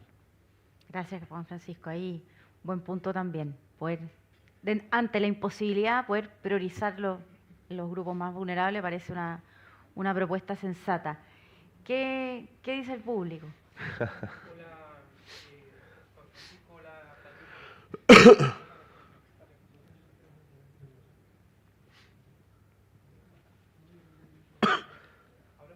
Hola, Ahí sí. hola Juan Francisco, hola Patricio. Primero que nada, los invito a hacer las preguntas que están en cada una de las mesas y que las están repartiendo. A mí, una primera pregunta que me gustaría hacerle a Patricio, que yo encuentro que mayor educación superior para manejar un Uber la encuentro tremendo. Entonces, el hecho del acceso a la educación, y tú como economista te lo pregunto así como muy ingenuamente, pero lo encuentro tremendo, un drama tremendo el que una persona sea abogado y que con mucho esfuerzo su familia lo sacó adelante y que termine siendo Uber. Lo encuentro una frustración tremenda, encuentro que es una mala noticia social. Sí. Eso es una cosa. Y después les quería preguntar, porque claro, después de las cosas que dijo Juan, adaptabilidad a las 40 horas, la burocracia de la ley Karin, que me parece que es imposible para las empresas chicas o medianas, que finalmente y desgraciadamente no puede cumplir con los requisitos de la ley Karin, la mayor cotización.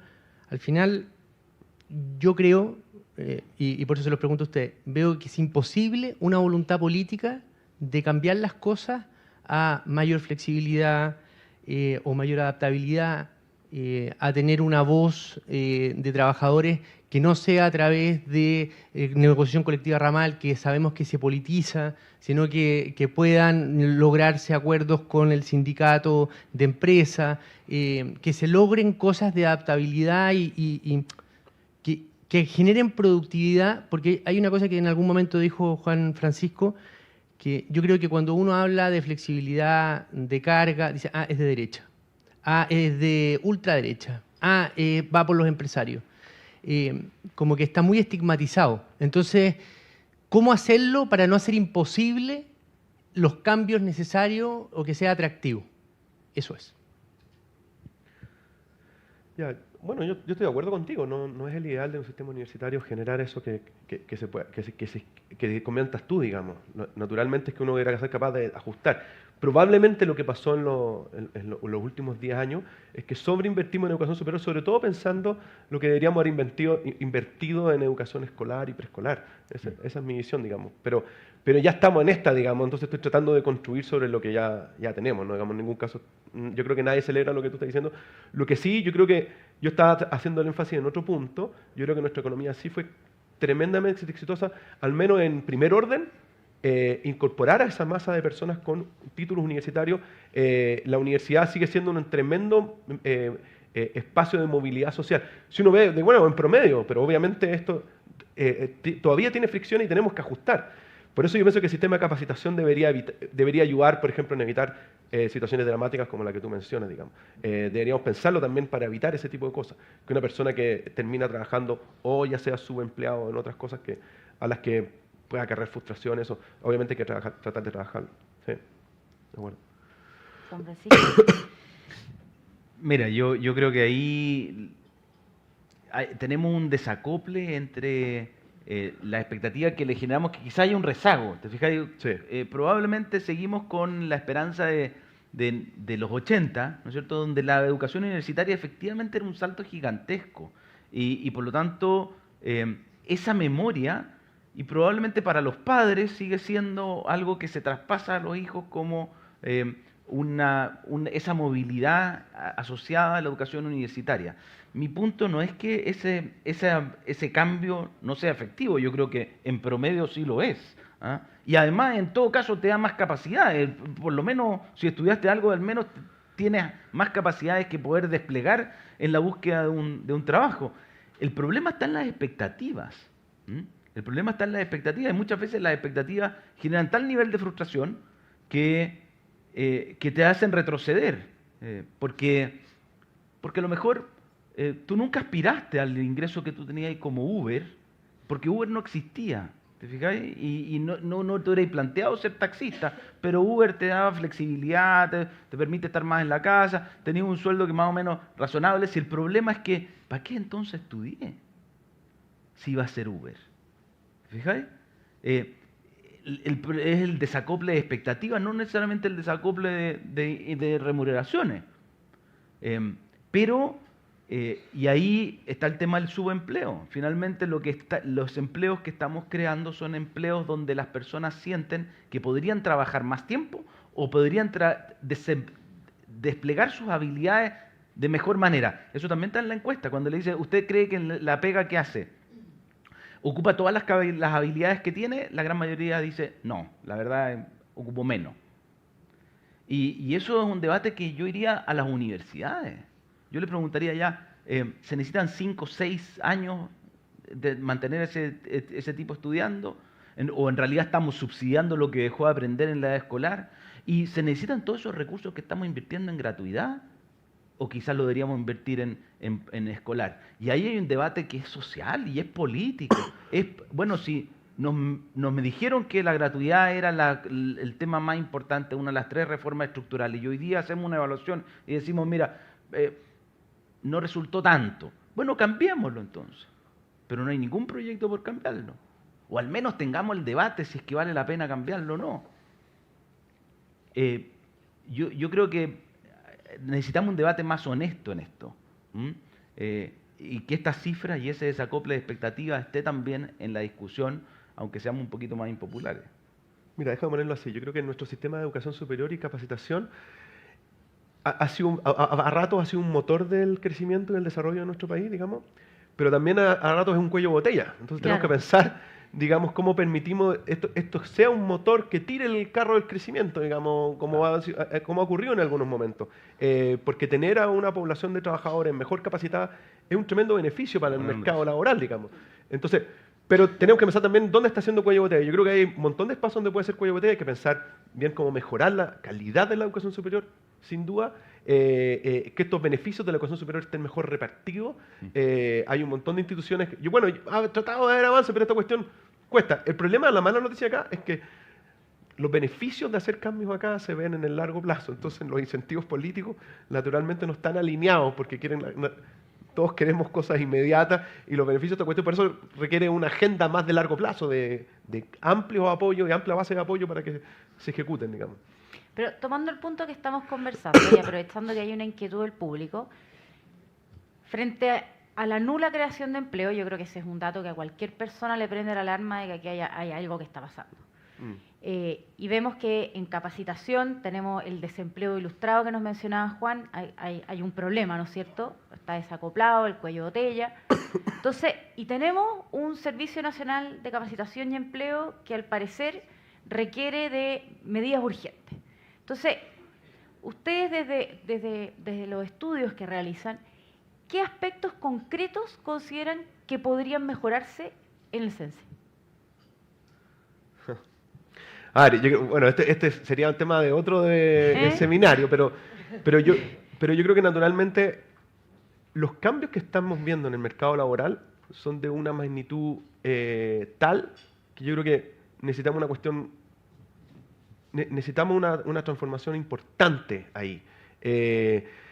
Y necesitamos primero tener el debate, cómo la vemos, hacia dónde queremos conducir nuestro sistema de capacitación y educación superior, precisamente para poder adaptarnos de mejor manera. Pero esta cuestión yo creo que no hay nadie que tenga claridad, como la clarividencia para saber, digamos, esto hay que moverlo para allá. Yo creo que estas cosas en democracia se resuelven con un debate público informado, amplio y con una amplia base social, no porque es más entretenido, suena mejor, no, porque la amplia base social garantiza de que el que llega después no va a echar pie atrás, digamos. Hay un reconocimiento a que hay una reforma, por ejemplo, valorada por la población y se va a tratar de mejorar las cosas en el camino y no simplemente volverlas atrás. Yo creo que eso tiene tremendos costos sociales cuando trabajamos de esa manera, digamos, que cada uno va adaptando los cambios sociales, digamos, al color que le gusta. Digamos, hay que empezar con reformas de largo plazo. Esta es una cuestión de largo plazo, no. Yo ahí me parece que no es urgente, o sea, es importante más que urgente, yo lo pondría de esa manera. Mira, yo suelo decir que en esto hay harto avanzado. Hay propuestas de reforma al sistema de capacitación bastante estructurada y presentada en el Congreso. Ya hicimos una evaluación sobre si es que la franquicia como instrumento generaba los incentivos adecuados o en realidad cuán mal o bien utilizada estaba siendo por parte de los propios empleadores. Yo creo que ese diagnóstico ya más o menos está acabado. Si hay que volver a tenerlo, tengámoslo de nuevo, pero avancemos en corregir. Y yo partiría por lo que les dije antes, yo partiría por potenciar el uso de la franquicia en el pre y el post empleo. Es decir, está bien, la empresa con sus trabajadores, Sí. yo creo que veamos cómo lo mejoramos y efectivamente eso va a tener un efecto de mediano plazo.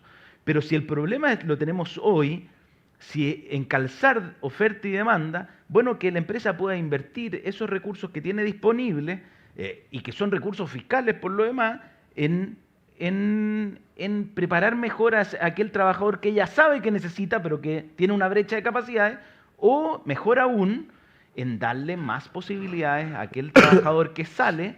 ¿Para qué? Para que tema menos el despido, por lo tanto, flexibilizar el poder aumentar la productividad, pero no dejarlo en el descampado, no solo en términos de remuneraciones, ya cubierto por el seguro, sino que también en disminuir ese plazo que va a estar buscando empleo, dándole la posibilidad de prepararse mejor o cerrar esas brechas que haber estado quizás durante años en una misma empresa, en un mismo sector, en un mismo trabajo, puede detectar al momento de salir a ofrecer sus trabajos al mercado laboral del siglo XXI y no hace 5, 6, 7, 10 años atrás.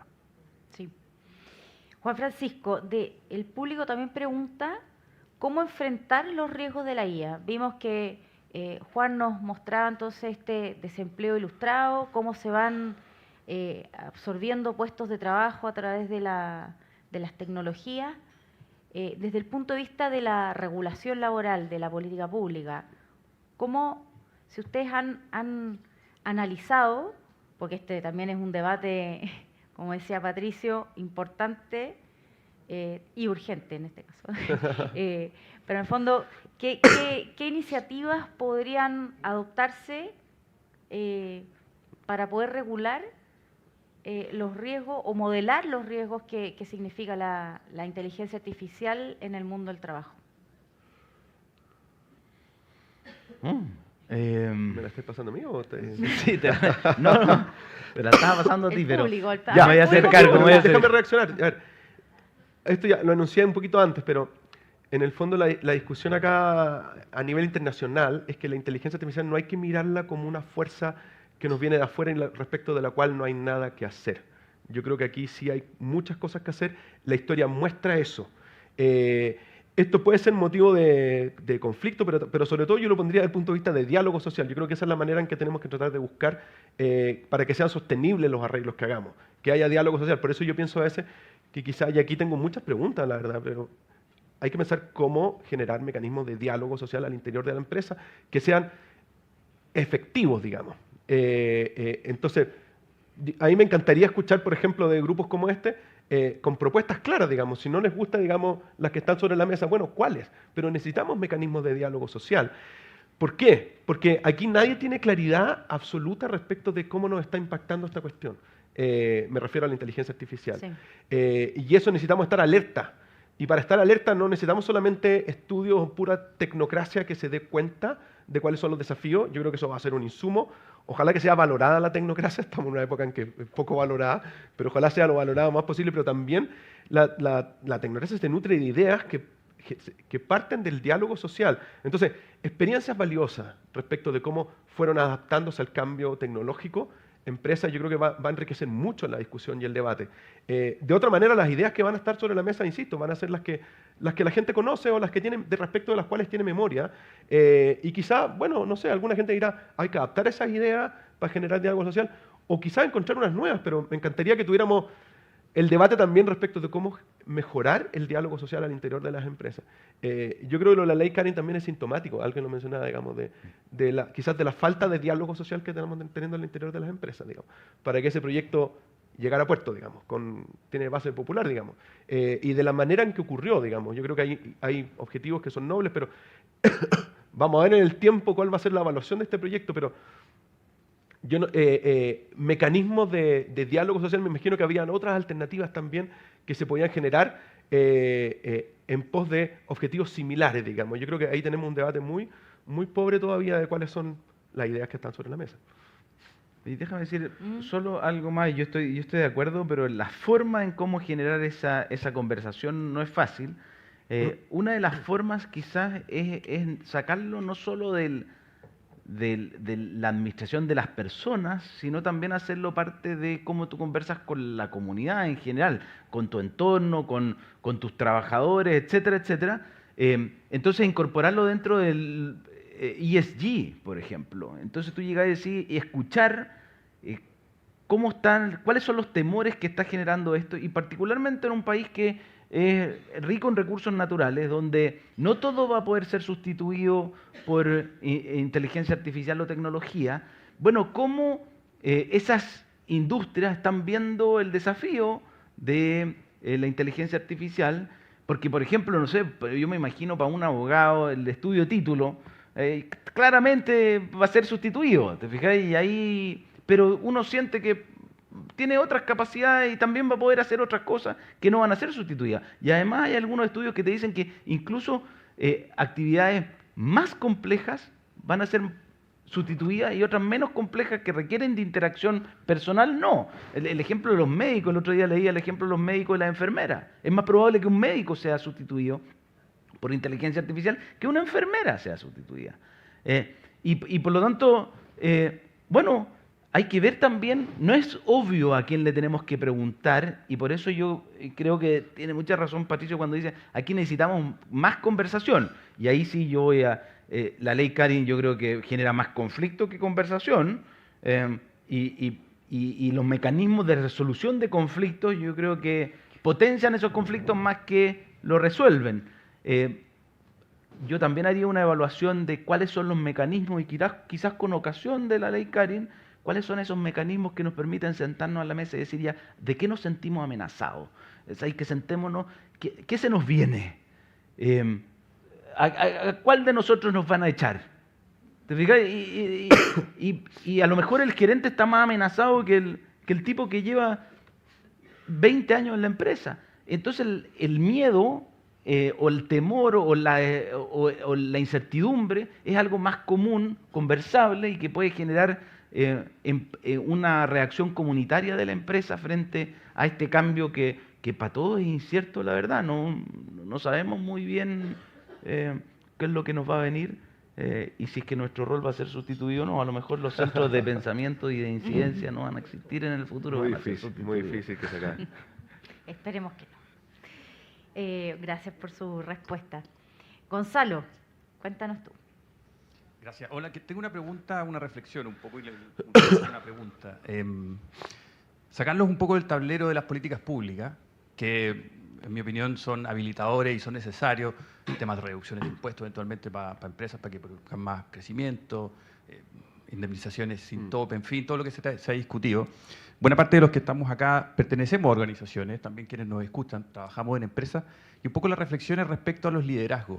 Nosotros lo conversamos mucho en ICARE, respecto al rol del liderazgo, cómo un liderazgo puede ayudar a la productividad y en este caso a salir de donde estamos, que es un diagnóstico muy complejo el que nos exponía Juan al inicio. Pero un poco entonces la reflexión es respecto al liderazgo, entendido como ese conjunto de habilitaciones o de acciones que se hacen desde las organizaciones, desde los líderes, para hacer más atractivos los trabajos, los empleos.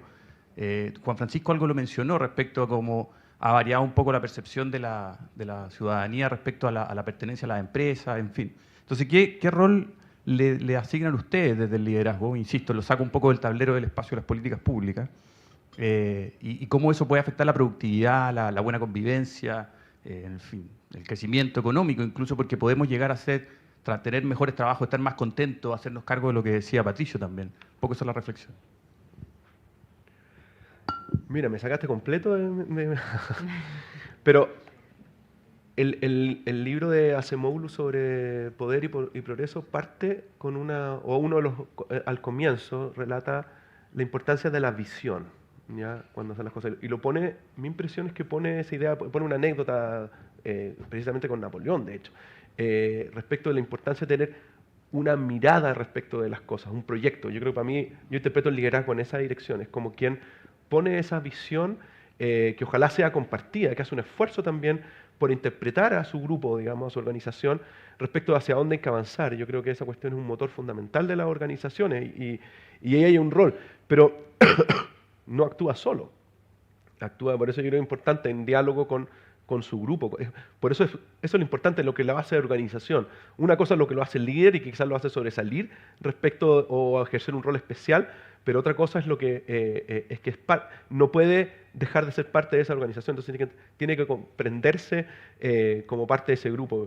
Y yo creo, bueno, también me parece que a veces, yo lo veo, por ejemplo, en las organizaciones en las que yo participo, a veces se nos pasa este debate, digamos, respecto de la visión en la que tenemos que tener. Yo la pondría ahí, digamos, más que el liderazgo, que a veces se traduce en quién es, cuál es la visión. A mí lo que más me preocupa del debate presidencial no es tanto las personas, aunque estamos en un régimen presidencial, sino que es cuáles son los proyectos que se están poniendo sobre la mesa. Lo que me pone inquieto a veces cuando veo los debates es que se discute poco de los proyectos del país que se están poniendo sobre la mesa. ¿En qué se diferencian esos proyectos de país? Pero el debate parece ser más discusión sobre en qué se diferencian las personas. Yo creo que ahí tenemos una limitación. Me gustaría más volver al otro lado, digamos. Me parece clave. Mira, yo ahí haría una distinción que es importante, como el liderazgo desde una condición, una característica personal o en realidad una consecuencia de reglas institucionales. ¿Mm?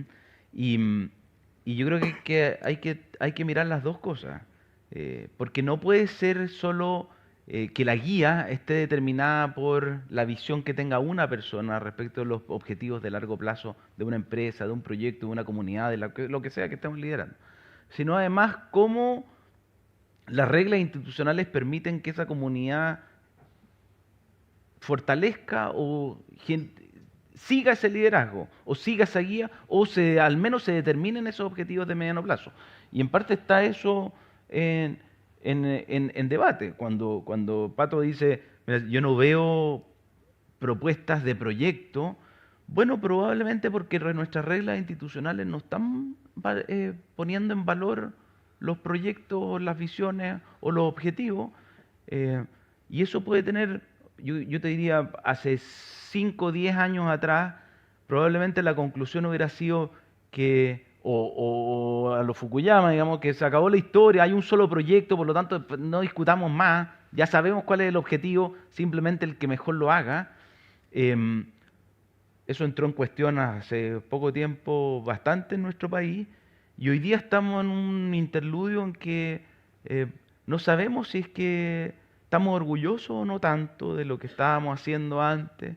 Y eso es una pregunta que el líder debería hacerse permanentemente. Mi comunidad, mis trabajadores, mis accionistas, mis pares, me siento orgulloso, mi comunidad se siente orgullosa de hacia dónde vamos, me sigue hacia dónde vamos, y yo creo que eso está tan determinado por los liderazgos personales como por también las reglas institucionales de fijar ese camino.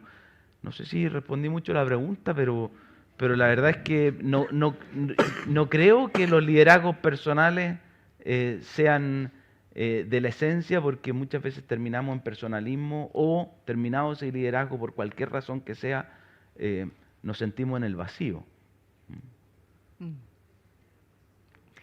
Bueno, cerrando ya nuestro panel, el público nos pregunta, volviendo al dato de la nula creación de empleo, ¿qué incidencia podría tener el promover empleos temporales? Por ejemplo, sea a través de subsidios u otras reglas laborales que pudiesen promover la creación de empleo de corto plazo como una forma de reactivar el empleo. Bueno, me imagino que esta pregunta también tiene que ver con lo de la discusión actual sobre el subsidio unificado al trabajo. Yo creo que, a ver, la misión del gobierno es dar propuestas en esto. Yo creo que en ese sentido ese proyecto está bien orientado porque está con un foco en dos problemas que tenía todos estos subsidios que teníamos, digamos, que son montos muy bajos y un subuso de esos subsidios, digamos. Entonces, está orientado, digamos, en darle fuerza para que esta cuestión active y en poblaciones en las que hay mayor preocupación. Yo creo que eso es interesante, pero uno quisiera que los problemas de empleo que tenemos se resuelvan de manera más orgánica. Yo creo que ahí, naturalmente, estimular la inversión para generar crecimiento económico, y que ese crecimiento económico sea lo más repartido posible, yo creo que debiera ser a donde tengamos el foco. Naturalmente, entre medio, eso va a tomar tiempo. Todas las ideas que están sobre la mesa en ese sentido toman tiempo. Necesitamos medidas, yo creo que las medidas temporales pueden ayudar, digamos. Obviamente hay un drama en la gente en desempleo, entonces lo que se puede hacer ahí, yo creo que es bienvenido. No, mira, muy breve en 3 niveles. Uno, yo creo que efectivamente hay que asumir que el crecimiento es lo que determina, y lo mostró muy bien Juan, ahí no hay crecimiento asociado a subsidios de corto plazo. Otra cosa es eficientar los instrumentos que tenemos. Aquí un poco lo que está detrás del gobierno es lo que nos dice, mira, tenemos 3 mecanismos de subsidio al empleo. Y no se están usando. Se usan mal, no tienen el efecto deseado. Bueno, obviamente es que se pueden hacer mejoras para que eso funcione mejor, pero eso asume que nosotros necesitamos este colchoncito, ¿no es cierto?, de mantener a la gente empleada en el corto plazo, para que en el largo plazo las reformas para incentivar la inversión generen el cambio estructural de aumentar nuestra capacidad de generar empleo. Si no hacemos esas reformas estructurales, no podemos sobrevivir con subsidios al empleo en el corto plazo. Y eso yo creo que es súper claro. Perfecto. Muchas gracias. Mónica. Estamos terminando. Muchas gracias, Ignacia, por moderar este espacio de reflexión. Estamos llegando al cierre de la jornada, pero la conversación recién comienza. Los temas que se han hablado acá son interesantísimos y creo que cada uno de ellos daría para hacer un programa en particular. Agradecemos profundamente a Juan Bravo por su clara y contundente presentación, y a nuestros panelistas Juan Francisco Gali y a Patricio Domínguez por sus miradas complementarias y propuestas muy concretas. Hoy no solo compartimos cifras, diagnósticos y experiencias, compartimos también la convicción de que es posible avanzar hacia un mercado laboral más moderno, inclusivo y dinámico. Un mercado que no solo responda a los desafíos del presente, sino que también habilite nuevas oportunidades para el futuro. Desde ICARE y su círculo de personas y organización seguimos proveyendo espacios de reflexión con foco en la acción, porque no basta con entender un problema, necesitamos construir acuerdos, remover barreras y actuar con urgencia.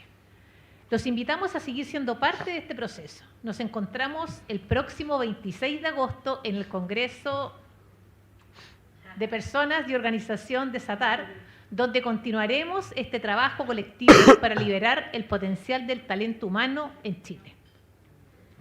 Agradecemos nuevamente a nuestros socios colaboradores por hacer posible este interesante encuentro y la agenda institucional de ICARE. Muchas gracias a todos por acompañarnos esta mañana, tanto presencialmente como a través de EMOL TV e ICARE TV. Este encuentro quedará disponible en nuestra página de icare.cl para que puedan compartir este contenido. Los invitamos a actualizar sus datos de contacto a través del QR que está en pantalla para que puedan recibir información sobre todos los próximos encuentros que realicemos en ICARE. Que tengan una excelente jornada y muchísimas gracias por acompañarnos esta mañana.